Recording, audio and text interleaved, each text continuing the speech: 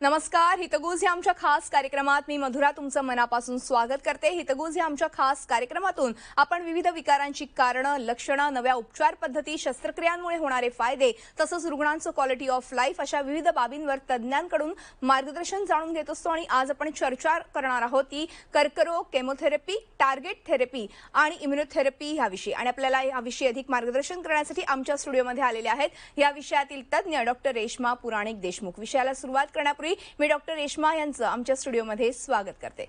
नमस्कार डॉक्टर. नमस्कार. आज जागतिक कर्करोग दिन आणि ह्यानिमित्त आपण कर्करोगाविषयी असलेले समाजातले गैरसमज दूर करणार आहोत. डॉक्टर रेश्मा पुराणिक देशमुख यांची थोडक्यात ओळख सांगायची झाल्यास डॉक्टर रेश्मा या मेडिकल ऑन्कोलॉजिस्ट आहेत आणि डॉक्टर पुराणिक कॅन्सर क्लिनिक आणि रत्ना मेमोरियल हॉस्पिटल पुणे येथे त्या कार्यरत आहेत. पुण्यातील बीजे मेडिकलमधून त्यांनी MD मेडिसिनचं शिक्षण पूर्ण केलं, तर Gujarat medical cancer research institute Ahmedabad इथून त्यांनी DM मेडिकल ऑन्कोलॉजीचं शिक्षण घेतलंय. डॉक्टर रेश्मा या European society certified medical oncologist देखील आहेत, म्हणजेच त्या royal college of physician UK ही त्यांनी पदवी संपादन केली आहे. तसंच त्यांच्याकडे DNB जनरल मेडिसिन आणि मेडिकल ऑन्कोलॉजीचं शिक्षणही आहे. त्याचबरोबर त्यांनी जेरियाट्रिक मेडिसिन अर्थात वार्धक्यात होणाऱ्या आजारांबाबत पदवी संपादन केली आहे. साऊथ एशियन जनरल कॅन्सरच्या एडिटोरियल बोर्डवर देखील त्या आहेत. कॅन्सरच्या प्रिव्हेंटिव्ह आणि स्क्रीनिंग ऑन्कोलॉजीकडे त्यांचा अधिक कल असतो. तसंच स्त्रियांच्या कर्करोगामध्ये अधिक काम करण्याची देखील त्यांची इच्छा आहे. चला तर आजच्या या जागतिक कर्करोग दिनानिमित्त आपण अधिक माहिती जाणून घेऊया डॉक्टर रेश्मा यांच्याकडून लगेचच. डॉक्टर पुन्हा एकदा स्वागत आहे. आज जागतिक कर्करोग दिन आहे आणि त्यानिमित्त आपण ही चर्चा करतोय. मात्र सध्या आपण बघितलं तर ह्या कर्करोगाचं प्रमाण दिवसेंदिवस वाढत चाललेलं आहे. साधारणपणे कर्करोगाचं प्रमाण वाढण्याची काय काय कारणं समोर येतात त्याविषयी काय सांगाल? हो मधुरा, अगदी बरोबर बोललेला आहात की कर्करोगाचे प्रमाण हे दिवसेंदिवस फारच वाढत चाललेले आहेत. आणि आता जर आपण बघितलं तर जगामध्ये होणाऱ्या मृत्यूंपैकी 22% मृत्यू हे कर्करोगामुळे होतात. त्यामुळे हे एक मृत्यूचंही महत्त्वाचं कारण बनत चाललेलं आहे. तर ह्याचे कर्करोगाचे वाढण्याचे मुख्य कारण म्हणजे बदलती जीवनशैली. आता ह्याचाच अर्थ काय की व्यायाम न करण्याची वृत्ती, त्याच्यामुळे येणारा स्थूलपणा. आता आपल्या जेवणामध्ये बरंच जंक फूड आपण बघतो, ज्याच्यामध्ये बरेचसे केमिकल्स आणि प्रिझर्वेटिव्हज असतात. तर हे सगळे हे बदलत्या जीवनशैलीमध्ये येतात. त्याचबरोबर स्त्रियांचं पहिलं मूल होण्याचं वय देखील आता वाढलेलं आहे. त्याच्यामुळे ब्रेस्ट आणि ओव्हरी कॅन्सरचा सुद्धा रिस्क वाढतेय. आणि ह्याच बरोबर आहे वाढते प्रदूषण. तर हे सगळेच गोष्टी या कर्करोगाला वाढवण्यासाठी जबाबदार आहेत. आणि एक गोष्ट आपण विसरू नाही शकत की व्यसनं सुद्धा आता खूप वाढलेत. म्हणजे स्मोकिंग, तंबाखूचे सेवन हे सुद्धा आता खूप प्रमाणात आपल्याला दिसते आणि ते सुद्धा देखीलच कर्करोगाच्या वाढत्या प्रमाणांना जबाबदार आहे. बरोबर. तर फक्त एकदा थोडक्यात आपण बघू की कुठले कर्करोग सर्वाधिक आहेत. तर ह्या ग्लोबोकॉन डेटाबेस प्रमाणे आपण जर का हा डायग्राम बघितला तर पुरुषांमध्ये सर्वाधिक आढळणारा कर्करोग हा फुफ्फुसांचा कर्करोग आहे अख्ख्या जगभरामध्ये. याच्यानंतरच प्रोस्टेट, पोटाचा आजार, त्याच्यानंतर आतड्यांचा कर्करोग हे आहे. पण भारतामध्ये जर आपण बघितलं तर मुख्य म्हणजे तोंडाचा कर्करोग हा माणसांमध्ये खूप कॉमन आहे. कारण आपल्या देशामध्ये तंबाखूचं सेवन हे खूप कॉमनली होतं. तेच आपण जर स्त्रियांकडे वळलो तर स्तनांचा कर्करोग हा सर्वात अधिक आढळतो जगामध्ये as well as in India. आणि त्याच्यानंतर पोटाचा आहे, आतड्यांचा आहे, फुफ्फुसांचा आहे. पण भारतामध्ये विशेषतः पिशवीच्या तोंडाचा म्हणजेच ग्रीवाचा कर्करोग हा सेकंड क्रमांकावर भारतामध्ये स्त्रियांमध्ये आढळतो. बरोबर. आता डॉक्टर तुम्ही फार महत्वाची माहिती दिली. साधारणपणे कोणत्या कर्करोगाचं हे प्रमाण वाढत चाललेलं आहे? तर तोंडाच्या कर्करोगाचं प्रमाण वाढत चाललंय कारण की तंबाखूचं सेवन आपल्याकडे जास्त प्रमाणात होतं. मात्र बऱ्याचदा असं होतं की आपल्याला माहिती असतं की ह्याच्यामुळे आपल्याला पुढे जाऊन कॅन्सर सारखा आजार होणार आहे, तरी देखील आपण हे सेवन करत असतो. कुठेतरी ह्या सगळ्याला आळा घातला पाहिजे किंवा त्या पॅकेटवर देखील लिहिलेले असते इंजुरियस टू हेल्थ, बट तरी सुद्धा याकडे दुर्लक्ष केलं जातं. आज अनेकांना कॅन्सर म्हणजे नेमकं काय हेच माहिती नाही. म्हणजे आज आपण एवढ्या 21व्या शतकामध्ये पाऊल ठेवलेले पण तरी देखील कॅन्सरबद्दल इतकी जनजागृती नाहीये. लोकांमध्ये बऱ्याच प्रमाणामध्ये अजूनही गैरसमज पाहायला मिळतात. तर त्याबद्दल काय सांगाल? तर आपण पुढे जाण्याच्या आधी कॅन्सर म्हणजे नेमकं काय हे जाणून घेऊया. तर आपल्या शरीरामध्ये अनेक अवयव असतात आणि ते वेगळ्या वेगळ्या पेशींनी बनलेले असतात. पण शरीरामध्ये या पेशींचं जे विभाजन असतं हे नियंत्रितपणे होत असतं आणि त्यामुळे ते पेशी जशा आपण या चित्रात बघू शकतो एक नियंत्रित पद्धतीने विभाजित होतात आणि एका पॉइंट नंतर त्यांचं जेव्हा कार्य संपतं तेव्हा त्यांचं अपॉप्टोसिस किंवा ते नष्ट होऊन जातात. पण काही कारणांनुसार आपल्या शरीरामध्ये काही अनुवंशिक कारणं किंवा जर धूम्रपान वगैरे केलं त्याच्याने काही केमिकल जनरेट होतात, त्याच्याने या काही पेशी दूषित होतात. तर या ज्या दूषित पेशी आहेत ना यांचं विभाजन हे नियंत्रितपणे न होता अनियंत्रितपणे ते होत राहतं आणि मग तिथे एक गाठ तयार होते बरोबर. आणि त्यालाच आपण ट्यूमर असं म्हणतो. आता प्रत्येक गाठ ही कॅन्सरचीच असली पाहिजे असं नाही. तर काही गाठी ज्या असतात ना, जसं आता आपल्याला सगळ्यांना माहिती आहे लायपोमा किंवा चरबीची गाठ, तर या पेशींमध्ये कुठे इतर अवयवांमध्ये पसरण्याची क्षमता नसते, तर ते तिथेच राहतात आणि त्यांना आपण बिनाईन ट्यूमर असं म्हणतो. पण काही गाठी असतात, काही पेशी त्या शरीरामध्ये इतर अवयवांमध्ये पसरू शकतात आणि that can be life threatening, तर त्यांना आपण कॅन्सर किंवा मॅलिग्नंट ग्रोथ असं म्हणतो. तर प्रत्येक गाठ ही कॅन्सरची नसते. बरोबर तर बरोबर. या पद्धतीने कॅन्सर उद्भवतो अगदी शरीरामध्ये. अगदी खरं आहे. डॉक्टर, तुम्ही आता म्हणालात की प्रत्येक गाठ ही कॅन्सरची नसते आणि त्यामुळेच बऱ्याच लोकांना असा समज झालेला आहे की गाठ आली की आपल्याला कॅन्सर आहे. मात्र जर डॉक्टरांकडे योग्य ट्रीटमेंट घेतली तर नक्कीच त्याचा तुम्हाला खरं तर समोर येईल की हा कॅन्सर आहे की नाहीये. मात्र ह्या उपचार पद्धती कॅन्सरमध्ये कोणत्या कोणत्या आहेत? कारण उपचार घेतल्यानंतर नक्कीच हा कॅन्सर आहे तो बरा होऊ शकतो, त्याविषयी काय सांगाल? ओके. तर कॅन्सरच्या उपचार पद्धतींकडे वळायच्या आधी आपण हे जाणून घेऊया की कॅन्सर मेनली हे 2 प्रकारचे आहेत. म्हणजे एक म्हणजे जे ब्लड कॅन्सर्स किंवा हिमॅटोलॉजिकल बरोबर. कॅन्सर्स असं आपण म्हणतो. तर त्याच्यामध्ये मुख्यतः ल्युकेमिया, लिम्फोमा आणि मल्टिपल मायलोमा हे 3 आजार येतात. तर याचे प्रामुख्याने ट्रीटमेंट ही किमोथेरपीद्वारे केली जाते. आता दुसरे जे महत्वाचे सॉलिड ट्युमर्स आहेत, म्हणजे जसं कर्करोग, स्तनांचा कर्करोग, फुफ्फुसांचा कर्करोग, किडनी कॅन्सर अँड ऑल, हे सगळे सॉलिड ट्युमर्सच्या अंडर येतात. तर याला उपचार करण्याच्या मुख्य म्हणजे 2 पद्धती आहेत.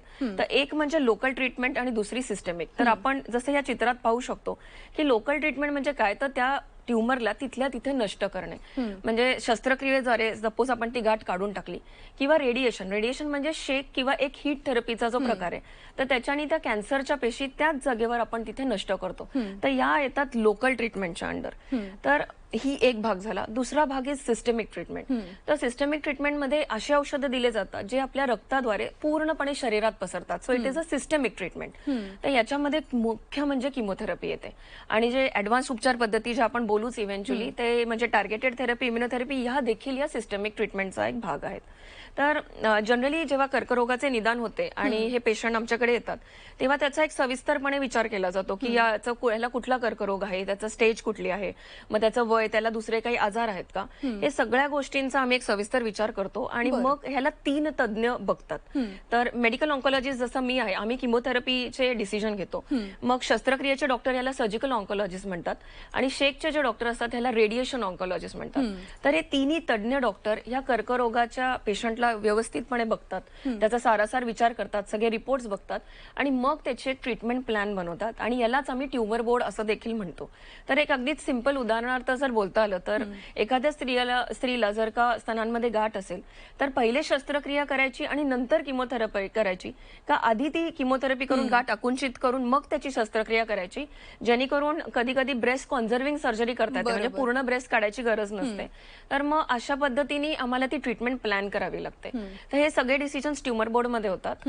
आता पुण्यामध्ये जे जोशी आणि रत्न हॉस्पिटल आहे, इथे आम्ही एक नवीन कॉन्सेप्ट घेऊन येतोय की ट्युमर बोर्ड ओपीडी, ज्याच्यामध्ये 3 तज्ञ एका वेळेस या पेशंटला मार्गदर्शन करतील आणि त्यांची एक ट्रीटमेंट प्लॅन फॉर्म्युलेट करतील आणि म्हणजे त्याला प्रत्येक दुसऱ्या ओपीडीला जा, याला तज्ञांना भेटा गरज नाही, तर एकाच ओपीडी मध्ये त्याचं पूर्ण मार्गदर्शन होईल. ही एक नवीन कॉन्सेप्ट आहे. बरोबर. आणि मला वाटतं की नवनवीन अत्याधुनिक उपचार पद्धती आज कॅन्सर सारख्या आजारावरती येतात आणि नक्कीच हा कॅन्सर मधनं पेशंट जो आहे तो नक्कीच बरा होऊ शकतो. मात्र आज समाजात पसरलेला हा जो गैरसमज आहे तोच खरं तर आपण ह्या माध्यमातून दूर करण्याचा प्रयत्न करतोय. जागतिक आरोग्य दिनाच्या निमित्ताने क्लोज द केअर गॅप ही खरं तर ह्या यंदाची थीम आहे आणि त्याच अनुषंगाने आपण ही चर्चा करतोय. डॉक्टर, आता आपण आधुनिक उपचार पद्धतींबद्दल बोललो, मात्र केमोथेरपीचा तुम्ही उल्लेख केला. ह्या केमोथेरपी बद्दल लोकांमध्ये थोडीशी भीती असते, कारण की एकदा केमो सुरू झाल्यावरती पुढे जाऊन आपल्याला वेगवेगळ्या परिणामांना सामोरं जावं लागणार आहे. तर अशा वेळेस तुम्ही हा गैरसमज आपल्या प्रेक्षकांचा कसा दूर कराल? ओके. तर आपण अगदी किमोथेरपीचं डेफिनेशन पासून, म्हणजे किमोथेरपी नक्की काय असं आपण चालू करू. तर किमोथेरपी हे असे औषधं आहेत, असे रसायन औषधं आहेत ज्याच्याने कॅन्सरच्या पेशी ह्या नष्ट केल्या जातात आणि त्या इतर अवयवांमध्ये पसरू नये हेही काम ही औषधं करतात. तर किमोथेरपी म्हणलं, जसं मधुरा अगदी म्हणली की किमोथेरपी जेव्हा आम्ही म्हणतो की पेशंट तुम्हाला घ्यावी लागेल, तेव्हा अतिशय एक भीती असते, गैरसमज असतात. लोकांना वाटतं की मग आमचे पेशंट वयस्कर आहेत, त्यांना इतके आजार आहेत, तर ते कसे घेऊ शकतील. पण याविषयी आता भीती बाळगली नाही पाहिजे. बरोबर. कारण कसं आहे, आता किमोथेरपीच्या औषधांमध्ये बरीच प्रगती झालेली आहे. म्हणजे अगदीच उदाहरणार्थ सांगायचं झालं तर पूर्वी आम्ही एक पॅक्लिटॅक्सेल नावाचं औषध वापरायचो. तेच आता nano albumin bound, nano particle bound औषध आलेलं आहे, नॅप पॅक्लिटॅक्सेल. तर त्यांनी साईड इफेक्ट बरेच कमी होतात. तर मग हे औषधं सुद्धा असे प्रगती बरीच झाली आहे. आणि प्लस असे औषधं आहेत आता आपल्याकडे की ज्याच्यामध्ये त्याचे साईड इफेक्ट्स देखील कमी करता येतात. त्यामुळे आम्ही दोन्ही प्रकारे आम्ही प्रयत्न करतो की पेशंटला त्रास कमी होईल. बरं. तर आता किमोथेरपी ही आम्ही कधी देतो, तर जर आपण याच्यात बघितलं तर निओ ऍडज्युव्हंट मध्ये अशी किमोथेरपी असते जी शस्त्रक्रियेच्या आधी दिली जाते गाठ आकुंचित करण्यासाठी. त्याला निओ ऍडज्युव्हंट असं म्हणतो. आता काही पेशंट शस्त्रक्रिया करून येतात आणि मग त्याला आम्ही ऍडज्युव्हंट किमोथेरपी देतो. तर बऱ्याच वेळेस ते म्हणतात की गाठ काढलेली आहे तर आता काय गरज आहे किमो द्यायची. तर त्याचं असं कारण असतं की परत हा आजार येऊ नये आणि ज्या काही कुठल्या पेशी उरल्या असतील त्या नष्ट व्हाव्यात याच्यासाठी असतं. बरोबर. आणि काही कर्करोग जसं तोंडाचा कर्करोग किंवा ग्रीवाचा कर्करोग याला रेडिएशन सोबत किमोथेरपी दिली जाते. त्याला कॉन्करंट किमोथेरपी असं म्हणतो. आणि जे स्टेज 4 चे पेशंट्स आहेत त्यांना ऑलमोस्ट किमोथेरपी हाच उपचार असतो. त्याला मग आपण ही पॅलिएटिव्ह किमोथेरपी असं म्हणतो. बरोबर. आता तुम्ही केमोथेरपीचा उल्लेख केला, त्याच अनुषंगाने मला प्रश्न विचारायचा पुढचा, ही साधारणपणे कशी आणि कुठे दिली जाते? हो, मधुरा, हा प्रश्न इतका कॉमन आहे आणि इतका म्हणजे लोकांना माहिती नसतो. म्हणजे असं कॉमन गोष्ट आहे पण खरंच कोणाला हे पब्लिकमध्ये नाव ऐकून असतं. नाव ऐकून असतं पण बरोबर. कशी देते लोक अक्षरशः असंही विचारतात की तुम्ही म्हणजे मशीन मध्ये टाकणार आहात का हो. वगैरे, इतके गैरसमज असतात. तर आपण या प्रश्नाचं उत्तर असं आहे की किमोथेरपी अगदी साध्या रीतीने एका हॉस्पिटलच्या डे केअर युनिटमध्ये दिली जाते. जसं आपण या चित्रात बघू शकतो की ही जी आयव्ही बॉटल आहे ही ती सलाईन बॉटल आहे आणि हे आयव्ही ऍक्सेस आहे. तर त्याच्यातून हे औषध या सलाईनद्वारे दिलं जातं. तर हे जनरली पेशंट सकाळी ऍडमिट होतात, संध्याकाळपर्यंत घरी देखील जाऊ शकतात. तर ही अतिशय डे केअर प्रोसिजर आहे. आता नवीन नवीन उपचार पद्धती आल्यामुळे किमोथेरपी आता गोळीद्वारे सुद्धा, म्हणजे नुसतंच एका टॅबलेटमध्ये पोटातून घेऊन इंट्रापेरिटोनियल किमोथेरपी किंवा सबक्युटेनियस म्हणजे नुसतं जसे इन्सुलिनचे इंजेक्शन असतात तसेच बोर्टेझुमिबचे इंजेक्शन असतात मायलोमासाठी. तर इतक्या सोप्या पद्धतीने सुद्धा आता किमोथेरपी आलेले आहेत. तर अशा पद्धतीने आपल्याला किमोथेरपी दिली जाते. तर कर्करोगाचे जेव्हा निदान होते तेव्हा त्याचा कुठला कर्करोग आहे आणि त्याची स्टेज काय आणि पेशंटचे बाकी पॅरामीटर्स हे सगळं बघून मेडिकल ऑन्कोलॉजिस्ट जे डॉक्टर असतात हे ठरवतात की कुठलं औषध या सगळ्या कर्करोग ज्या किमोथेरपीज आहेत त्याच्यामधलं कुठलं औषध वापरायचं. तर मग एखाद्या पेशंटला एक औषध असतं, एखाद्या पेशंटला कॉम्बिनेशन ऑफ 2 मेडिसिन्स असतात. तर असे आम्ही ते ठरवतो आणि शेड्यूल देखील त्याचं ठरवलं जातं. तर बहुतेक पेशंट्सला 3 वीकली शेड्यूल असतं पण कधी कधी त्या पेशंटच्या प्रमाणे वीकली किंवा 2 वीकली शेड्यूल सुद्धा दिलं जातं. अशा पद्धतीने मेडिकल ऑन्कोलॉजिस्ट तुमचे औषधं आणि त्याचं शेड्यूल हे ठरवतात. त्यामुळे तुम्ही तज्ञ डॉक्टरांच्या निगराणीखालीच हे औषधं घेतले पाहिजेत. अगदी. आता डॉक्टर, तुम्ही फार महत्वाचे मुद्दे सांगितले केमोथेरपी बद्दल. मात्र अजून एक महत्वाचा प्रश्न तुमच्याकडे येणाऱ्या पेशंटला पडतो, तो म्हणजे केमोथेरपी नंतर अनेकदा साईड इफेक्ट्स होतात. आता अर्थातच ह्याच्यामध्ये देखील अत्याधुनिक उपचार पद्धती आलेल्या आहेत, त्यामुळे हे साईड इफेक्ट्स थोड्याफार प्रमाणात नक्कीच कमी झालेले आहेत. मात्र ही भीती तुम्ही या सगळ्याच्या निमित्ताने कशी दूर कराल? हा मधुरा, तर आज आता हा प्रश्नाचं उत्तर मला जरा सविस्तरपणे द्यायचं आहे. तर जे अगदी आपण बोललो तसंच की किमोथेरपी विषयी भीती आहेच आणि लोकांना कसं वाटतं की मग आमचे पेशंट वयस्कर आहेत, मग त्यांना डायबिटीज आहे, ब्लड प्रेशर आहे, हार्टचे प्रॉब्लेम असू शकतात, किडनीचे काही आजार असू शकतात. तर मग ह्या पेशंट्सला किमोथेरपी सहन होईल का किंवा त्यांनी कोणाचा तरी त्रास झालेला आहे नातेवाईकांना, तर हे सगळं ऐकलेलं असतं. मग अशाने ते इतके घाबरतात आणि किमोथेरपीला नाही देखील म्हणतात. मग नातेवाईकांनी आणि पेशंटनी ही एक मुद्दा माझा जो मी आता सांगते तो लक्षात ठेवावा की याच्या दुष्परिणामांपेक्षा ह्याचे फायदे खूप पटीने जास्त आहेत. म्हणजे तुम्ही ही थेरपी घेतली तर तुम्ही कर्करोगातून बरे होणार आहात. तर हे तुम्ही आधी लक्षात ठेवावे. आणि दुष्परिणाम जे आहेत ते आता नक्कीच आपल्याला कमी करू शकता येतात किंवा टाळताही येतात. तर आणि प्रत्येक पेशंटचा कर्करोग वेगळा असतो, त्याची ट्रीटमेंट वेगळी असते. तर 2 पेशंट्समध्ये तुलनाही करू नका. त्याला त्रास झाला म्हणून तुम्हाला होईलच हे जरुरी नाहीये. त्यामुळे हे तुलना देखील केली गेली नाही पाहिजे. तर आता जेव्हा पेशंट येतो तेव्हा आम्ही काय करतो की त्याचा एक प्री किमोथेरपी चेकअप करतो, त्याच्या रक्ताचे रिपोर्ट्स करतो, त्याचं ऑर्गन फंक्शन करतो, 2D इको करतो आणि त्याला काही वेगळे आजार आहेत का बघतो आणि त्यानुसार त्याला जी एकदम चांगल्या पद्धतीने सूट होईल अशीच किमोथेरपी त्याला आम्ही देतो, ज्याच्यामध्ये त्याचे साईड इफेक्ट सगळ्यात कमी होतील आणि बेनिफिट्स मॅक्झिमम होतील. त्यामुळे आम्ही किमोथेरपी द्यायच्या आधीच ही काळजी घेतो की तुम्हाला कमी त्रास होईल. तर आता आपण या चित्रामध्ये बघूया की किमोथेरपीचे साधारण साईड इफेक्ट्स कुठले असतात, जे कॉमन साईड इफेक्ट्स आपण म्हणतो. तर ह्याच्यामध्ये मळमळणं किंवा उलटीसारखं वाटणं, थकवा जाणवणं, थोडं अंग दुखणं, काही काही लोकांना तोंड येतं, खायची इच्छा कमी होते आणि केस जाणं हा एक आहेच आपल्या सगळ्यांना माहिती आहे आणि रक्त कमी होणं हे एक साधारणपणे ह्याचे कॉमन साईड इफेक्ट्स आहेत. तर आम्ही ह्याला कमी कसे करतो, जसा तुमचा प्रश्न होता की किमोथेरपी देताना त्या मेन औषध द्यायच्या आधी काही मेडिसिन दिले जातात जे अँटी व्हॉमिटिंगचे मेडिसिन्स असतात. त्यात सुद्धा आता खूप अत्याधुनिक औषधं आलेले आहेत, जसं इंजेक्शन फॉस्फेप्रिपिटन. हे इतके पोटंट औषध आहेत की यांनी म्हणजे आता व्हॉमिटिंगचं प्रमाण अतिशय कमी झालेलं आहे. तर जसे आपण प्री किमोथेरपी मेडिसिन देतो तसंच किमोथेरपी झाल्यावर सुद्धा पुढचे काही दिवस पेशंटला घरी देखील काही औषधं घ्यावे लागतात. म्हणजे त्याच्यामध्ये व्हॉमिटिंगचे मेडिसिन्स तर असतातच, प्लस काही ग्रोथ फॅक्टर्स असतात ज्याच्यामध्ये पेशंटचं रक्त कमी होणार नाही ही आम्ही काळजी घेतो. आणि जो कॉमनली पेशंट्सला थकवा वगैरे जो जाणवतो त्याच्यासाठी काही विटॅमिन सप्लिमेंट्स, प्रोटीन किंवा आम्ही असे काही डाएट मधून काळजी घेतो की ज्यांना हाही त्रास होणार नाही. पेन किलर्स दिले जातात. तर मग अशा बऱ्याच पद्धतीने आम्ही काळजी घेतो की त्यांना साईड इफेक्ट्स होणार नाहीत किंवा टाळता येतील. आणि एवढं करूनही जर काही साईड इफेक्ट झालेच, म्हणजे जर एखाद्याचं काही रक्त कमी झालं, त्याला तोंड आलं किंवा एखाद्याला जुलाब झाले, तर त्याच्यावर देखील औषधं नक्कीच देता येतात आणि हे साईड इफेक्ट्स तुम्हाला आम्हाला कमी करता येतात. दोन महत्वाच्या गोष्टी सांगायच्या आहेत. एक म्हणजे आम्ही किमोथेरपीच्या पेशंटनी पथ्य हे पाळले पाहिजे. त्यांना जेव्हा किमोथेरपीला येतात तेव्हा ते डिटेलमध्ये काउन्सिलिंग हे होतच की तुम्ही शिजवलेलं जेवण करा, बाहेरचं खाऊ नका, ऑइली स्पायसी खाऊ नका आणि बाकी फ्रुट्स, ड्रायफ्रुट्स खायची एक पद्धत असते. तर हे सगळं डिटेलमध्ये असतं. आता हे बोलायचं असेल तर त्याला एक वेगळाच टॉक घ्यायला लागेल. तर एक पद्धतीची काउन्सिलिंग जी तुम्ही फॉलो केलीच पाहिजे जर तुम्हाला ह्याचा त्रास नको असेल. आणि जेव्हा जेव्हा तुमचे डॉक्टर तुम्हाला फॉलोअपला बोलवतील रक्त तपासण्यासाठी तेव्हा तुम्ही ते केले पाहिजेत आणि औषधं वेळेवर घेतली पाहिजेत. म्हणजे मग तुम्हाला याच्यातून हा त्रास कमी होईल. तर या पद्धतीने आम्ही हा प्रयत्न असतोच की आपल्याला हे कमी करता येईल. आणि जर एखाद्या पेशंटला एवढं करून सूट झालंच नाही एखादं मेडिसिन, तर मग आमच्याकडे किमोथेरपीचे बरेच ऑप्शन्स आहेत. हे औषध सूट नाही झालं तर आम्ही त्यांना दुसरं देतो किंवा एखाद्याचा डोस कमी करू शकतो. So this is the way we manage the chemotherapy side effects. म्हणजे थोडक्यात आपण ह्या खरं तर केमोथेरपीचे साईड इफेक्ट्स अगदी कमी करू शकतो, पण ट्रीटमेंट घ्यायची नाही हाच अट्टाहास खरं तर रुग्णाने सोडला पाहिजे आणि ट्रीटमेंट घेऊन नक्कीच तुम्ही बरे होणार आहात हा विचार खरं तर या जागतिक कर्करोग दिनाच्या निमित्ताने आपण आपल्या प्रेक्षकांपर्यंत पोहोचवतोय. डॉक्टर, आपण एक छोटासा ब्रेक घेऊ आणि ब्रेक नंतर अशी चर्चा चालू ठेवूया. तेव्हा हितगुज मध्ये वेळ झाली का छोट्याशा ब्रेकची, कुठेही जाऊ नका, पाहत राहा आमचा खास कार्यक्रम हितगुज.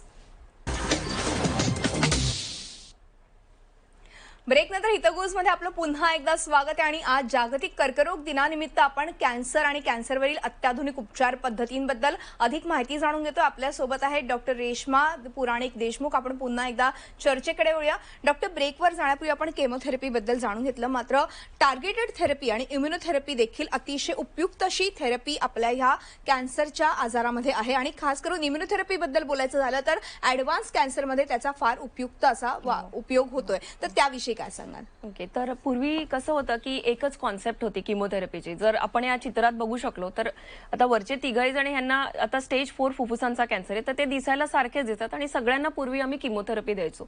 पण जसं जसं संशोधन होत गेलं तसं आपल्याला एक जाणवलं की हे जे जेनेटिक म्युटेशन प्रत्येकाच्या मध्ये, प्रत्येक व्यक्तीमध्ये वेगळे वेगळे होतात आणि त्याप्रमाणे टार्गेटेड औषधांचं संशोधन झालं. तर जे जेनेटिक म्युटेशन असतात त्यालाच आम्ही टार्गेट असं म्हणतो आणि त्याच्या विरोधात जे औषधं बनवले गेलेले त्याला टार्गेटेड थेरपी असं म्हणतात. तर हे टार्गेटेड थेरपीचे औषधं नेमके काय करतात की बरोबर जाऊन त्याच पेशींना अटॅच होतात ज्याच्यावर हे टार्गेट आहेत आणि त्या पेशींना नष्ट करतात आणि यामुळे नॉर्मल सेल्सला हानी होत नाहीत. म्हणजे किमोथेरपीचे कॉमन साईड इफेक्ट्स आपण बघतो हे या टार्गेटेड थेरपीमुळे होत नाहीत. आणि आता टार्गेटेड थेरपी ही कॉमनली बऱ्याचशा आजारांसाठी अवेलेबल आहे. बऱ्याच कर्करोगांवरती ही वापरली जाते, जसं breast cancer, lung cancer, brain cancer, ovary, even रक्ताचे आजार जसं ल्युकेमिया. आता आपण या चित्रामध्ये जर बघितलं तर हे स्टेज 4चा लंग कॅन्सरचा जो पेशंट आहे याला एक साधी टार्गेटेड थेरपी गोळीच्या आधाराने ही दिली गेली होती. तेच 6 महिन्यानंतर त्याचा जो पेट स्कॅन आहे त्याच्यामध्ये खूप चांगले रिझल्ट्स आपल्याला दिसतात. तर टार्गेटेड थेरपीचा फायदे असे आहेत की ते गोळ्याच्या स्वरूपात भरपूर अवेलेबल आहेत. तर ते वयस्कर लोक, इतर आजार असलेले लोक घेऊ शकतात. अगदी सोप्या पद्धतीने तुम्ही ती गोळी घरी देखील घेऊ शकता आणि त्याचे साईड इफेक्ट सुद्धा किमोथेरपी सारखे नसतात. अतिशय सौम्य साईड इफेक्ट्स असतात, जसं रॅश किंवा जुलाब किंवा हँडफूट सिंड्रोम, जे एकदम इझिली आम्ही मॅनेज करू शकतो. तर हे झालं टार्गेटेड थेरपी. पण मग टार्गेटेड थेरपीमध्ये ठराविक कॅन्सर वरतीच आपण टार्गेटेड थेरपी वापरू शकतो? आता म्हणजे बऱ्याचशा कर्करोगांवर ही टार्गेटेड थेरपी अवेलेबल झाली आहे. पण जसं मधुरा मी आत्ताच सांगितलं, कॉमनली आम्ही lung, breast, brain cancer, ovary ह्याच्यावरती आता ते कॉमन, पण किडनी कॅन्सर, पण आता ऑलमोस्ट सगळ्या कर्करोगांवरती नवीन नवीन संशोधनामुळे औषधं हे येतच आहेत. अगदी. आणि अर्थातच ह्या सगळ्या जागतिक कर्करोग दिनानिमित्त तुम्ही ही सगळी माहिती देता. अगदी जाता आपल्या प्रेक्षकांना काय संदेश द्याल? ओके. तर माझा असा संदेश आहे की तुम्ही किमोथेरपी विषयी ते आहे भीती बाळगू नका. गुगल वाचून किंवा इतर कोणाचं ऐकून मनाने निर्णय न घेता तज्ञांचा सल्ला घ्या. बऱ्याच वेळा स्टेज 4चे पेशंट अतिशय घाबरलेले असतात, निराश असतात आणि त्यांना असं वाटतं की जर बरं होणार नाही तर कशाला घ्यायची थेरपी. पण त्याचा अर्थ असा नसतो. या आमच्या थेरपीजनी, आधुनिक उपचार पद्धतीने यांचे आयुष्य नक्कीच वाढवता येते. म्हणजे पूर्वी जे आयुष्य अगदी 6-8 महिन्यांचे होते ते आता या आधुनिक उपचार पद्धतीने 3 ते 4 वर्ष आणि त्याच्यापेक्षाही जास्त होत गेलेले आहे. आणि काही प्रेक्षकांचा जो कॉमन प्रश्न असतो की कर्करोग हा टाळता येईल का, तर त्याच्यामध्ये प्रिव्हेंटिव्ह आणि स्क्रीनिंग ऑन्कोलॉजी असते. तर जसं आता सर्व्हायकल कॅन्सरवर HPV वॅक्सिन्स आहेत किंवा हेपॅटायटिस B वॅक्सिन आहे ज्यांनी लिव्हर कॅन्सर प्रिव्हेंट करता येतो. तर मग अशाने प्रिव्हेंट सुद्धा करता येतो. अगदी. म्हणजे थोडक्यात आपण कॅन्सरला घाबरायचं नाहीये, त्याच्यावरती चांगल्या उत्तम प्रकारे ट्रीटमेंट आहेत त्या करायच्या आहेत. आणि आज खरं तर जागतिक कर्करोग दिनानिमित्त तुम्ही संदेश आपल्या प्रेक्षकांना दिला. डॉक्टर, वेळ संपल्यामुळे आज आपल्याला इथेच थांबावं लागतंय, मात्र तुम्ही आलात आणि खूप छान आणि मोलाचं मार्गदर्शन केलं, त्याबद्दल मनपूर्वक आभार. धन्यवाद. आणि यानंतर हितगुज या आमच्या खास कार्यक्रमात आज आपण इथेच थांबतो. तुम्ही पाहत राहा आमचा खास कार्यक्रम हितगुज.